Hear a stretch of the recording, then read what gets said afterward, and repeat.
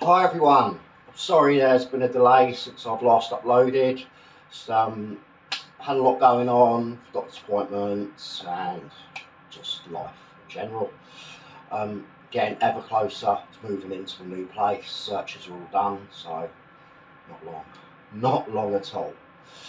Very excited. So today I'm going to continue with the survival guide series that I've been doing.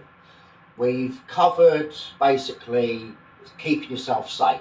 It's everything that I could possibly think of in order to keep you safe should you ever find yourself in this situation.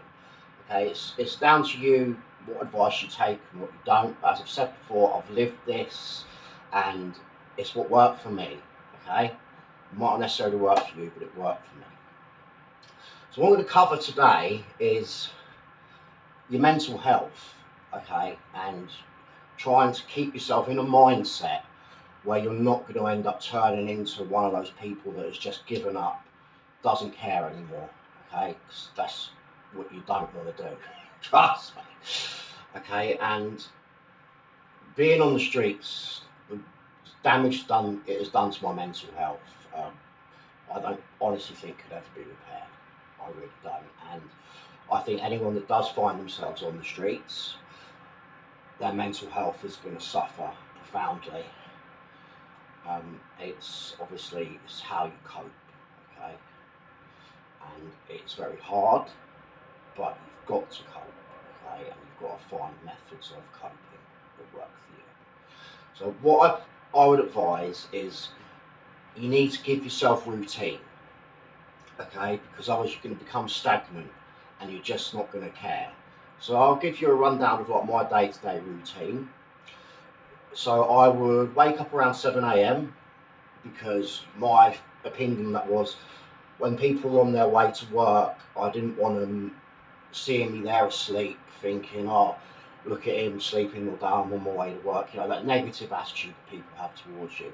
So yeah, I'd get up around 7 a.m., tidy all my stuff away, get myself presentable, have a quick wet whitewash, and so I go get myself a coffee, or if I didn't have money, I'd normally have a drink left from the previous evening, not water, whatever. I'd get myself up, just do a bit of stretching, and I would then sit and read for a couple of hours. And what I generally find is people on their commute to work, 9 times out of 10, someone would bring me a cup of coffee, which was much appreciated. Like I said, I never asked for anything, but I say if people approached me and offered me things, then I wouldn't take the piss. I would gladly accept, and I'd be very grateful for it. So then 9 a.m. would roll round, and that would be the time in which the day centre Catching Lives would open. So I would make my way around there, and I could get myself some breakfast there. It's only basic, like toast or cereals, cup of tea, but I'd be able to have a shower, and if I needed any clothes washing, I could use their washing machines there to do it. I wouldn't hang around there too long because it was a homeless day centre, and all of the homeless people in the area would go there, and there were people that I didn't get on with. I try to avoid trouble, and B, again, these people that I didn't get on with, if they knew that I'd gone and left, they'd know that my stuff, had been left, and they could do whatever. So it's for my safety. So yeah, after that, I then made my way back round to where my tent was. If I had any washing that was done, then obviously I, put it away in that, and I would then sit and read.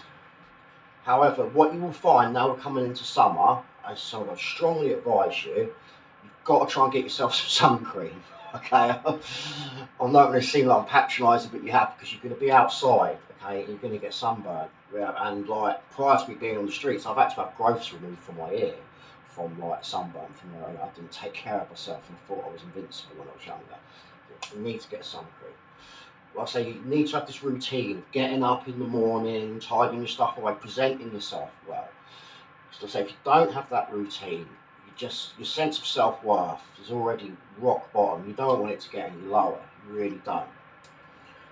So like I say, just reading was educating myself. It's what kept me going. That was, and like I say, it was a way to just block out everything that was going on around me. what I find is also during the daytime, it's when you're going to encounter more people. A bit of advice I'll give anyone, yeah, which I'd hope the majority of people do, is if you ever make eye contact with someone, just smile. It can instantly diffuse any bad situation that's going to happen. If it is going to happen, it's just found it in my life, just generally. If I make eye contact with people, I smile. And again, it brings you across as not being threatening, because some people have this negative opinion that because you're on the streets, you're going to muck them, whatever. Like I say, keep that routine. Like I say, reading is a great way to pass the time.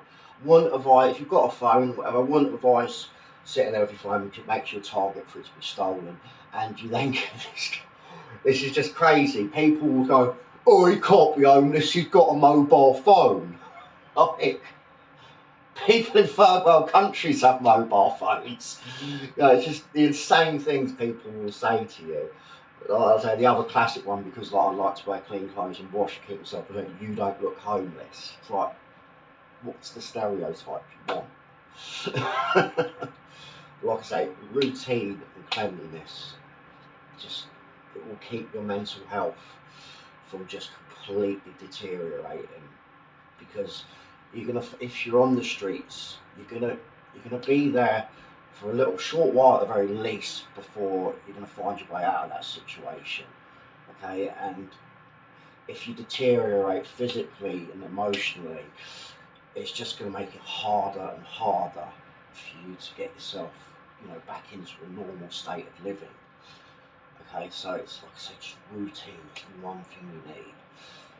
Okay, like I say, don't involve yourself in people's dramas, okay, and just don't argue with anyone. People are going to come up to you and they're going to throw all sorts of accusations and assumptions at you because you're on the streets. You must be X, Y, or Z, and you must have done X, Y, and Z. As hard as it is, just don't argue. It ain't worth it. It really isn't. Because the way you should look at it is, tomorrow morning when you wake up, you'll be one step closer to being where you want to be in life. They'll still be an arsehole. And that's how I always try and look at things. So, like I say, yeah, just routine. It's going to keep your mental health in check. It really is, okay, because it's hard.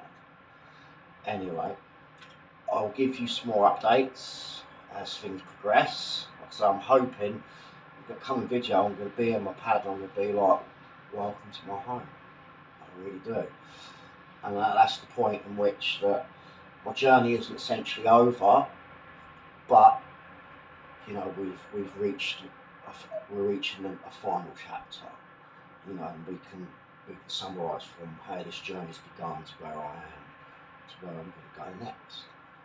Like I say, if anyone's got questions, please pop them in the comments. Video suggestions, pop in the comments, drop me an email.